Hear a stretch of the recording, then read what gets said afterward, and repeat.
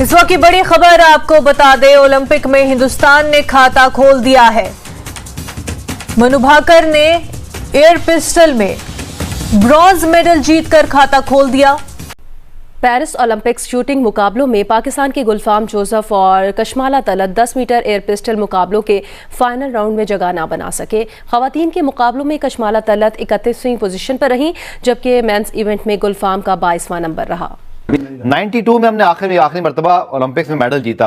एक खबर ना आई सर कि हम ओलंपिक्स में कोई मेडल जीते हैं। कितने अफसोस की बात है। तकरीबन 23-24 करोड़ जो भी हमारी ऑफिशियल आबादी है, हम दुनिया में सबसे वर्स्ट रिकॉर्ड होल्डर हैं। 29 साल हो गए पाकिस्तान को ओलंपिक्स में मेडल जीते हुए, और शायद यही हालात रहे तो 129 साल तक पाकिस्तान कोई मेडल नहीं जीत पाएगा। कि ओलंपिक में किस तरीके से मनु भास्कर को कांस्य पदक मिला है, ये बड़ा अपडेट हमारे पास है। किस तरीके से मनु भास्कर का यहां पर परचम लहराता हुआ नजर आया है। पाकिस्तान 25 करोड़ आबादी का मुल्क है, लेकिन हमने देखा कि वहां से सिर्फ 7 एथलीट्स ने हिस्सा लिया, और पाकिस्तानी खिलाड़ियों की तादाद 7 थी, पाकिस्तानी ऑफिशियल्स की तादाद इसमें 11 थी। क्या पाकिस्तान के अंदर लोगों के पास ओलंपिक की तैयारी के लिए फैसिलिटीज मौजूद हैं? जब आपके पास खाना खाने को नहीं है तो ओलंपिक में कंपीट क्या करेंगे भाई आप? वो क्यों गलती कर रहे हैं? ये भी खर्चा क्यों किया सर? अक्सर तो बेचारे खिलाड़ी अपना खर्चा खुद करते हैं, ये तो सिर्फ क्रिकेट वालों के लाड करते हैं। तो यहाँ पे खिलाड़ी तो है ही कोई नहीं, किसको खिलाड़ी कहते हैं? सारे अफसरों के रिश्तेदार हैं ये सारे। भारत ने 7 मेडल्स जीते, हमारा पड़ोसी मुल्क है, उनका वो खर्चा करते हैं तो 70 करोड़ रुपए सालाना, अरब रुपए सालाना बजट होता है। हमारा 1 अरब रुपए सालाना बजट होता है। कोई इंपॉर्टेंस नहीं दी जाती हमारे जो जाके ओलंपिक्स में जो हमारे स्पोर्ट्समैन जाते हैं, ना उनके पाँव में जूती होती है, ना उनके तन पे टी शर्ट होती है, वो मांगे के कपड़े पहन के। जय हिंद दोस्तों, आज मेरे पास 2 खबर है। एक खबर आपने थंबनेल पे देख ली होगी, वो खुशी की खबर है, और एक खबर शायद आप लोग को पता चल गया और दुख की खबर है। मैं पहले दुख वाली बता देता हूँ कि एशिया कप विमेंस फाइनल में भारत फाइनल हार चुका है विमेंस का, एशिया कप में श्रीलंका से। और श्रीलंका को भाई बहुत बहुत बधाई हो, 8 विकेट से उन्होंने भारत को हरा के विमेंस एशिया कप जीत लिया है। वार्मली कॉन्ग्रेचुलेसन, पहली बार उन्होंने एशिया कप जीता है। और hard luck to team India, batting करते हुए शायद उतना इनफ रन नहीं बना, कोई बात नहीं, फिर भी हमारी टीम बहुत अच्छा खेली। Many congratulation to women's team, well done.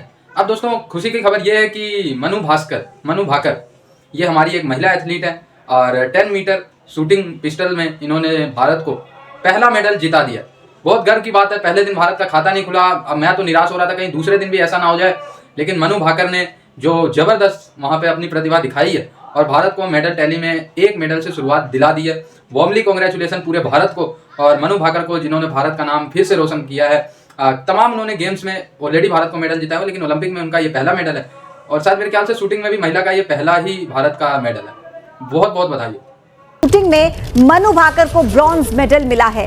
10 metre air pistol में मेडल जीता। शूटिंग में मेडल जीतने वाली पहली भारतीय महिला हैं। ओलंपिक में पहली बार महिला शूटर को यह मेडल मिला है। तो देखिए किस तरीके से भारत का परचम लहराती हुई मनु ने 10 मीटर एयर पिस्टल में मेडल अपने नाम किया। ब्रॉन्ज मेडल शूटिंग में मनु भाकर के नाम। पाकिस्तान में 25 करोड़ लोग हैं, लेकिन हमारी रिप्रेजेंटेशन देखिए कि उनमें से सिर्फ 7 लोग हैं जो ओलंपिक्स के अंदर हिस्सा लेते हैं। किसी भी मुल्क की तरक्की या तनज़्ज़ुली और उसके माशरे के अंदर क्या सेहतमंदाना रुझान है, उसमें उसका अंदाज़ा इससे लगाया जा सकता है कि उसमें आर्ट्स, कल्चर और खेल में कितने ज़्यादा लोगों की पजीराई की जाती है, उनको ग्रूम किया जाता है और उनको नेशनल इंटरनेशनल लेवल पर मुकाबलों के लिए तैयार किया जाता है। पाकिस्तान में 25 करोड़ लोगों की आबादी में से हमें सिर्फ 7 ऐसे एथलीट्स मिले हैं जो हमें रिप्रेजेंट कर सकें। ये लम्हा फिक्रिया है, और इस मुल्क में जनरली तनज़्ज़ुली का एक बहुत बड़ा इंडिकेटर भी है। 11 ऑफिशियल्स हमारे साथ गए हैं। 25 करोड़ लोगों का कंट्री है, लेकिन ओलंपिक में सिर्फ 7 लोग हैं। मुझसे जाती बात पूछो, 7 को भी नहीं भेजना चाहिए था, वो भी कौम का खर्चा नहीं करना चाहिए था। क्यों? आपके आपकी क्रिकेट टीम के अंदर आपने कबड्डी के और कुश्ती के लोग डाले हैं सिफारिशी। जब आप मेरिट पे आप डिसाइड नहीं कर पाते कोई भी चीज पाकिस्तान में, तो किसको पता है कि वो 7 लोग भी सिफारिशी हों? वो जो 7 लोग आपने भेजे हैं, हो सकता है वो भी अफसरों के या जो लूटिंग एलीट है उनके बच्चे भेज दिए हो आपने, और फिर वो 7 बच्चे गए, हो सकता है उसमें से 5 वापस ही ना आए। क्या दूसरी पॉइंट ये है, क्या पाकिस्तान के अंदर लोगों के पास ओलंपिक की तैयारी के लिए फैसिलिटीज मौजूद हैं? जब आपके पास खाना खाने को नहीं है तो ओलंपिक में कंपीट क्या करेंगे भाई आप? वो क्यों गलती कर रहे, वो ये भी खर्चा क्यों किया सर? अक्सर तो बेचारे खिलाड़ी अपना खर्चा खुद करते हैं, ये तो सिर्फ क्रिकेट वालों के लाड करते हैं। तो यहाँ पे खिलाड़ी तो है ही कोई नहीं, किसको खिलाड़ी कहते हैं? सारे अफसरों के रिश्तेदार हैं ये सारे। वो शुगर वो भाईजान जो मोटा 300 पाउंड वाला था, उसने कहा नहीं था मुझे तो पता ही नहीं, अब्बू ने के दोस्त है उन्होंने मुझे भेज दिया यहाँ पे। वो T20 खेलने चला गया भाई, अब्बू के दोस्त की वजह से। तो ये आरजू, खिलाड़ी तो स्पोर्ट्समैन होते हैं, और पाकिस्तान जहां खाने के लिए किसी के पास कुछ नहीं है, ना कोई स्पोर्ट्स फैसिलिटीज है, ना बिल्डिंग सीधी है, ना कुछ। वहां से 7 लोग ओलंपिक में, वो 5 तो वापस ही नहीं आएंगे उनमें से, वो तो वीजा लग गया, वहां ऊपर चलाएंगे और डोर डैश करेंगे वहां पे जाके। लेकिन दुख वाली बात है, कहते हैं जी वहां 7 गए हैं 25 करोड़ में। मैं कहता हूं 7 भी नहीं जाना चाहिए उनमें से। ओलंपिक के स्पेलिंग तो किसी को पता नहीं, सारा कौम तो जिहाद के लिए चक्कर में बैठी हुई है। मुर्शद कहता है जिहाद करो, वो जिहाद कर रहे हैं। 7 सिर्फ पाकिस्तानी है एथलीट्स वहां गए, इंडिया से 117 गए। इतना बड़ा जो नंबर्स का फर्क है वो कैसे आया? वो क्या कर रहे हैं अपनी गेम्स के लिए, हम क्या कर रहे हैं? वो क्या कर रहे हैं अपने नौजवान के लिए, और हम क्या कर रहे हैं? देखें, बात यह है कि इंडिया देखा जाए तो पाकिस्तान से बहुत आगे है। किस उनकी गवर्नमेंट उन पे मेहनत कर रही है, हर चीज में मेहनत की जा रही है। ठीक है, पाकिस्तान में वैसा बिल्कुल निजाम नहीं, ना स्टूडेंट्स के लिए कोई फैसिलिटी है, ना स्पोर्ट्समैन के लिए कोई फैसिलिटी है।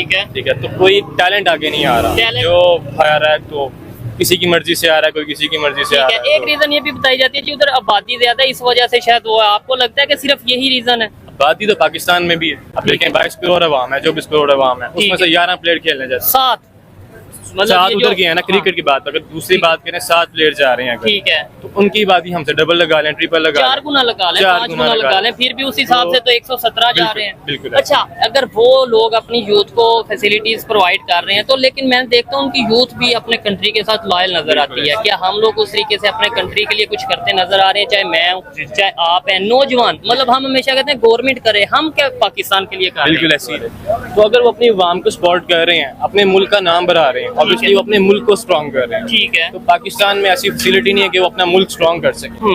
ये इज्जत की आपके मुल्क को आगे बढ़ाने के बाद डेफिनेटली एक सॉफ्ट इमेज आता है। लेट्स सपोज हमारे खिलाड़ी अगर बाहर जा खेलेंगे तो वो बेशक हारे या जीते, लेकिन ये तो इमेज जाएगा ना कि यार गेम्स के ऊपर वर्क किया जा रहा है। देखिए, यहाँ सबसे बड़ी बात होती है कि टैलेंट को आगे लेके आना। डेफिनेटली अब आप गिने चुने बंदे आगे ले जाएंगे अपनी मर्जी के, टैलेंट आगे नहीं जाएगा। ठीक है, वो जब भी जाएंगे अब इसलिए हार के ही आएंगे। ठीक हो गया कि उनका यूथ इस तरीके से आगे जा रहा है। ये देखो वो स्पोर्ट्स में कैसे आगे जा रहे हैं, तो कहा जाता है यार आप उनकी एग्जाम्पल देके ना ये नौजवानों को डिमोटिवेट या पाकिस्तान को ना की इंसल्ट करते हो। आपको लगता है कि जब तक हम देखेंगे नहीं कि वो कहाँ जा रहे हैं, आगे जा रहे हैं, तब तक हमें चेंज आएगा?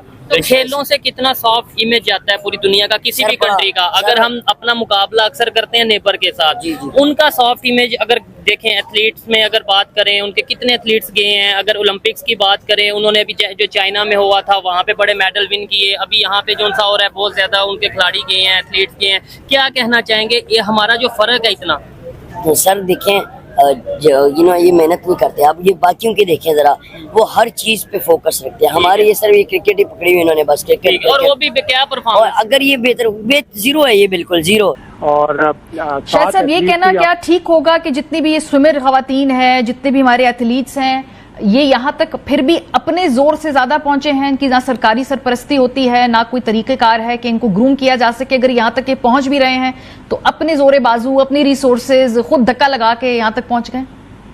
पर्सनल इंटरेस्ट भी लेते हैं एथलीट्स, और ये स्विमर्स वगैरह जैसे अच्छे घरानों से होते हैं। स्विमिंग जरा थोड़ा मुश्किल गेम है, इसके लिए आपको बाहर अगर आप जाएं तो उसकी ट्रेनिंग के लिए भी आपको पैसा चाहिए। आप इस बात की हमारी अंदाजा लगा लें, हमारी खेलों पर तवज्जो पर और हमारे ओलंपिक्स में तवज्जो पर, कि पाकिस्तान स्पोर्ट्स बोर्ड ने 38 करोड़ रुपए पिछले साल गवर्नमेंट को वापस कर दिए कि जी ये अनस्पेंट हमारे खर्च नहीं हो सके। भाई क्यों खर्च नहीं हो सके? आप ये 38 करोड़ रुपए में से 2-3 स्विमर्स को बाहर भेज देते। नदीम अरशद को जो आपने सिर्फ 3 वीक का कोर्स, एक ट्रेनिंग कोर्स करवाया साउथ अफ्रीका में, ट्रेनिंग उनकी साउथ अफ्रीकन कोच के साथ करवाई है, यही आप 6 महीने की करवा देते हैं। जब वो वर्ल्ड एथलेटिक्स चैंपियनशिप में पहली बार सोने का तमगा जीते थे, तो आप 1 साल के लिए उसको पैसे दे देते हैं, तो ये पैसे वापस कर देते हैं, खर्च भी नहीं कर पाते। बहुत शुक्रिया, हमारे साथ शाहिद हाशमी साहब मौजूद थे। पाकिस्तान का जो कंटिजेंट गया है 7 लोगों का, हम उम्मीद करते हैं कि वो अपनी बेहतरीन परफॉर्मेंस दें, अच्छा खेलें और पाकिस्तान को अच्छी तरीके से रिप्रेजेंट करें। लेकिन 25 करोड़ में से सिर्फ 7 लोग एक नाकाफी सैंपल पूल है। क्या पाकिस्तान के अंदर और एथलीट्स नहीं हैं?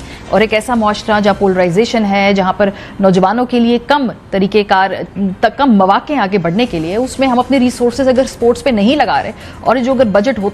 तो दोस्तों जहां हमें एक तरफ दुखी है मन कि हम एशिया कप फाइनल हार गए श्रीलंका विमेन से, हमारी मेंस टीम ने हालांकि श्रीलंका को हरा के एशिया कप जीता था, दूसरी तरफ यार गम खुशी हो जाता है कि इस गम में कि मनु भाकर ने इतना अच्छा गेम प्ले दिखाया, इतना अच्छा शूटिंग किया कि भारत ब्रॉन्ज मेडल पे पहुंच गया। अच्छा, जिस हिसाब से उन्होंने राउंड मैचेस खेले थे मनु भाकर ने, लग रहा था ये गोल्ड या सिल्वर लेके ही आएंगे, लेकिन कोई नहीं यार, इतना टेंस माहौल होता है, ऊपर से मोरल डाउन हो गया था। कल हमारे कई सारे शूटर्स उस तरीके से सफल नहीं हो पाए थे, उसमें से मनु भाकर, कल हमारे 2 शूटर शायद असफल रहे थे। मनु भाकर को बहुत बहुत बधाई हो कि ऐसे प्रेशर सिचुएशन में भारत को मेडल टैली पे एक दूसरे दिन ही कर दिया। अच्छा, लास्ट टाइम का भारत का रिकॉर्ड था शायद 2000 कब हुआ था, 20 में हुआ था शायद ओलंपिक, तो उसमें भारत 7 मेडल टोटल जीता था। तो भाई एटलीस्ट इस बार डबल डिजिट 10 तो चाहिए यार, 10 मेडल इस बार अगर भारत आ जाता है तो फिर धीरे धीरे यार 10 से 15, 15 से 20, फिर ऐसे ऐसे धीरे धीरे बढ़ता जाता है।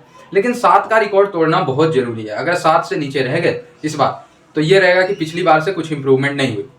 तो एटलीस्ट हमें 7 मेडल चाहिए और 7 से ज़्यादा चाहिए।